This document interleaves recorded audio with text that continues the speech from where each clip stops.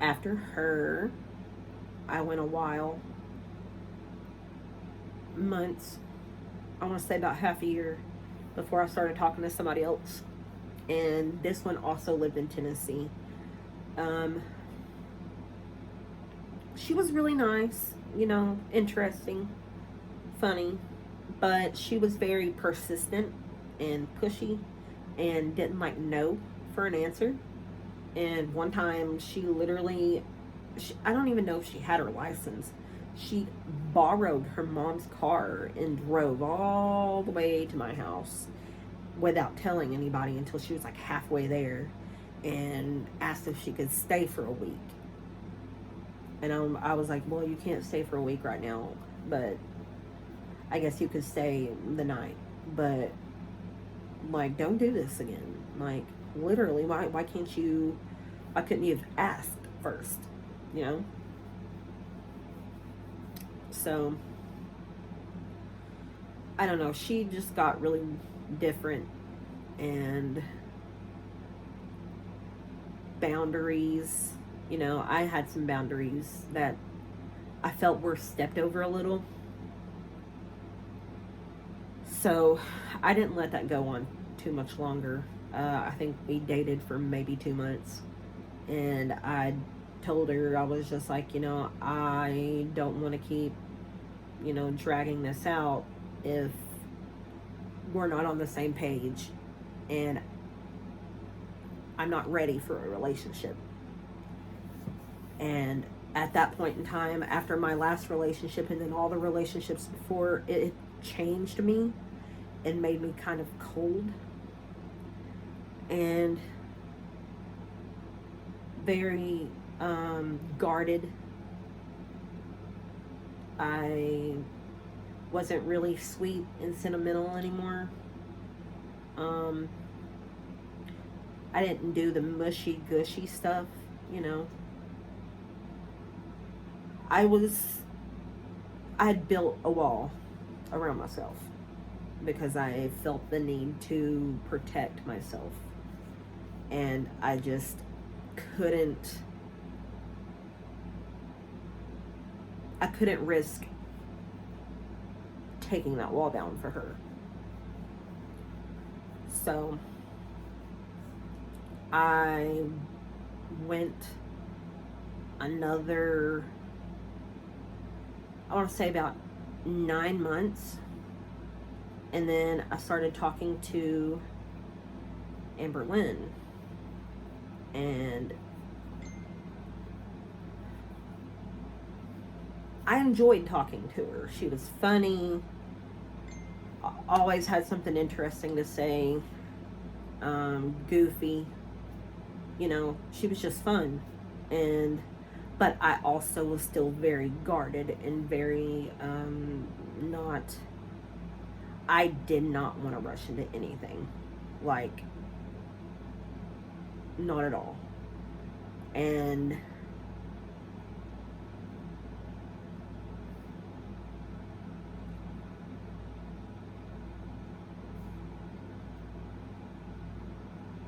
it was taking me a long time to, like, ask her to be my girlfriend and to give her, like, pet names and stuff. It took me a little while, and she didn't really like that very much. She was just kind of like, why aren't you more affectionate? Why don't you have a pet name for me? Those kind of things. And I kept trying to, I wouldn't let go of my fear, so I kept guarding myself. And, like, I don't know, I was terrified, absolutely terrified to give myself room to love. Because every time I did, it was just like an absolute smackdown right to the ground. Eventually, she was like, are we going to be a thing or not? Like, and we got into an argument, and I thought, she was just going to be done with me. And that's whenever I was just like, no, I do want to be with you. I do want to date you. So be my girlfriend. And that's how it started. And, at first, everything was going good. Everything was fine. Everything was fun.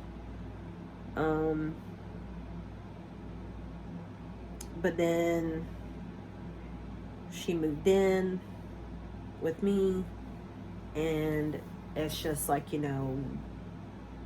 I was still very reserved and keeping my feelings to myself.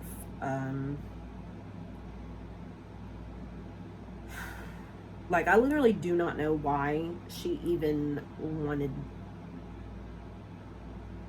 wanted to date me so bad. I don't get it, because I wasn't ready for a relationship whenever we got together.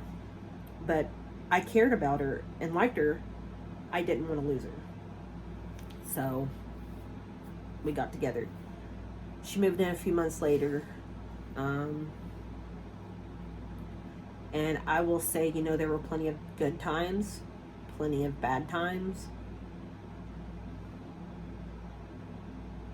And, I'm not going to go into details. I know people want me to, but I'm not going to do. But I will say, I did love her. I loved her a lot. But looking back on it and thinking about, the connection and all of that, it really did feel like it was just a friendship, a very codependent friendship.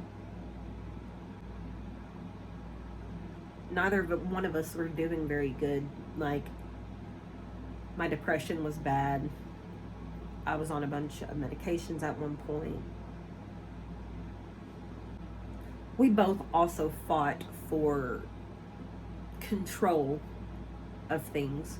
More her than me, but I got to the point where, I was just going to do whatever I wanted to do, whether she wanted me to or not.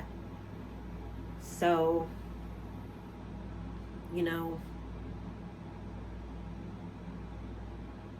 there were times that we almost broke up, but we gave it another shot. And in the end, it just seemed like a friendship, a roommate situation. And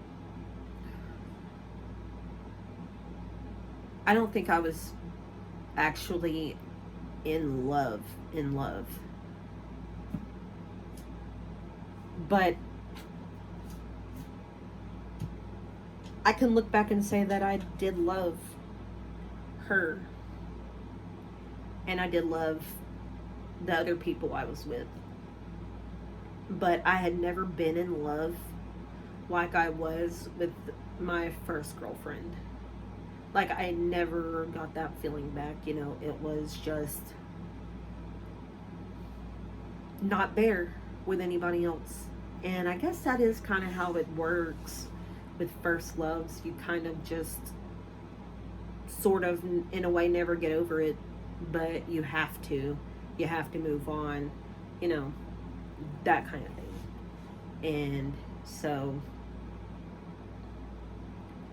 me and Lynn broke up, and yeah, that's basically it, where I'm at right now. Like, love and relationships are just so hard. And once you've been hurt way too many times, you become absolutely terrified of it. You become afraid. You don't trust anyone. And it almost kind of feels like, one of those what's the point things, And I know Amberlyn recently said that she wasn't heartbroken over me during the breakup. And I didn't think she was. I never thought she was, because, you know, no one had ever been heartbroken over me before. So why would she be any different? And I kind of knew it was one of those situations where she just was afraid to be alone and thought she was going to be alone for a long time. She wasn't, but I think that was the only reason she was upset. But I have moved on.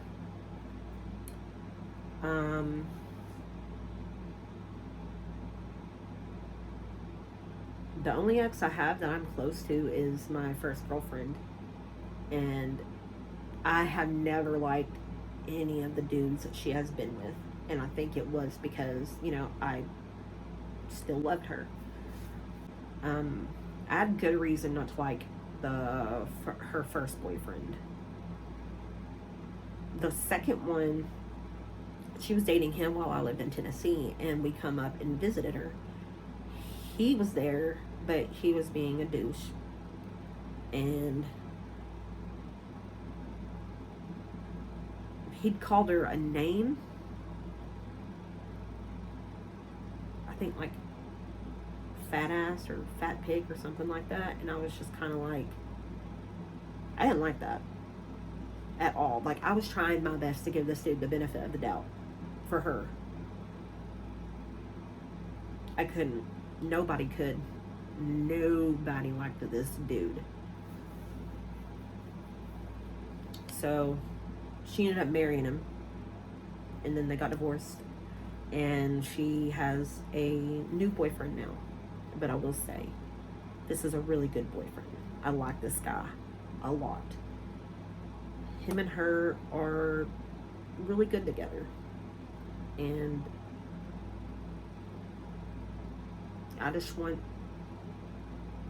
them to be happy. But yeah, I think that's, me and her are still very, very, very good friends. As for me, there is something, but for protection's sake, I don't want to divulge it right now. But it does have to do with me, and it is good. But I know it's going to get scrutinized. I know people aren't going to understand. And it would probably just be another headline in a reaction channel or something. I mean, I don't think people react to me. If they do, I am completely unaware of it. But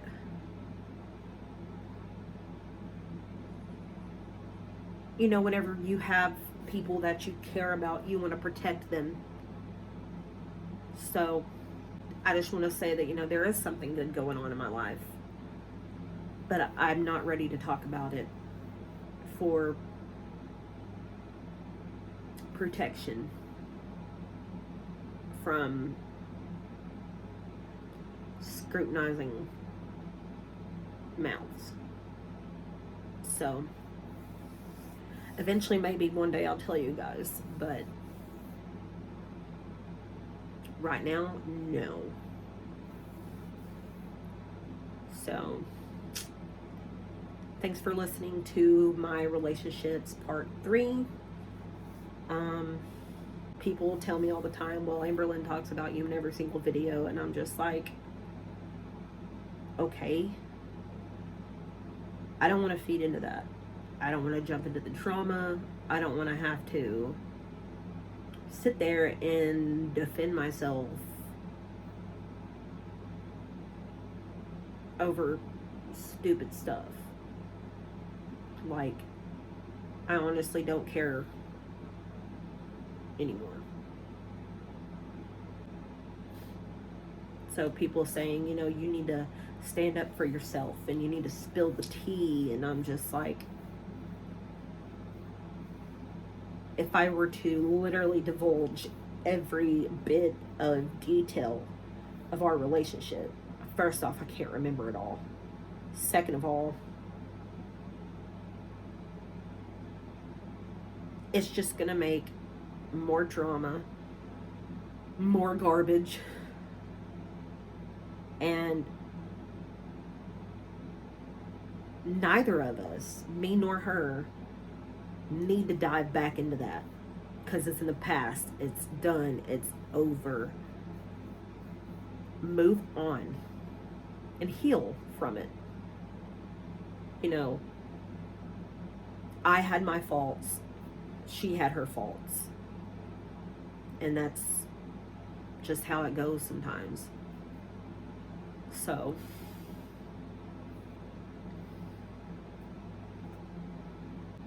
thanks for listening, and I hope you guys come back, and maybe next time I'll have something done different. I don't know how I feel about it.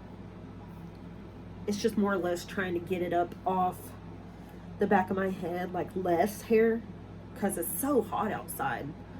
Like, it's like the pits of hell outside, man. Like, gross. And I'm just like, Kentucky usually, yeah, we get in the 90s in the summertime, but whenever you think of Kentucky, you're not really thinking of like hot. But here, we don't have dry heat. We have humidity with it because, we have a big giant lake around us. Makes it 10 times worse. Especially if you're working in a factory. Like whenever I was working in a factory, whatever it was outside, it was like 10 plus in the factory. And they had fans, but the fans were doing nothing but blowing the hot air around. So it was very miserable. Like, literally, people would go home, just their clothes sticking to them, drenched in sweat, like dust caked all over their face and arms and stuff. Like, I remember coming home and like the inside of my nose would be black. Like, everything that would come out of my nose was black. So, yeah. Anybody working in the factories, stay hydrated and try to stay cool and stay safe. Thank you for listening.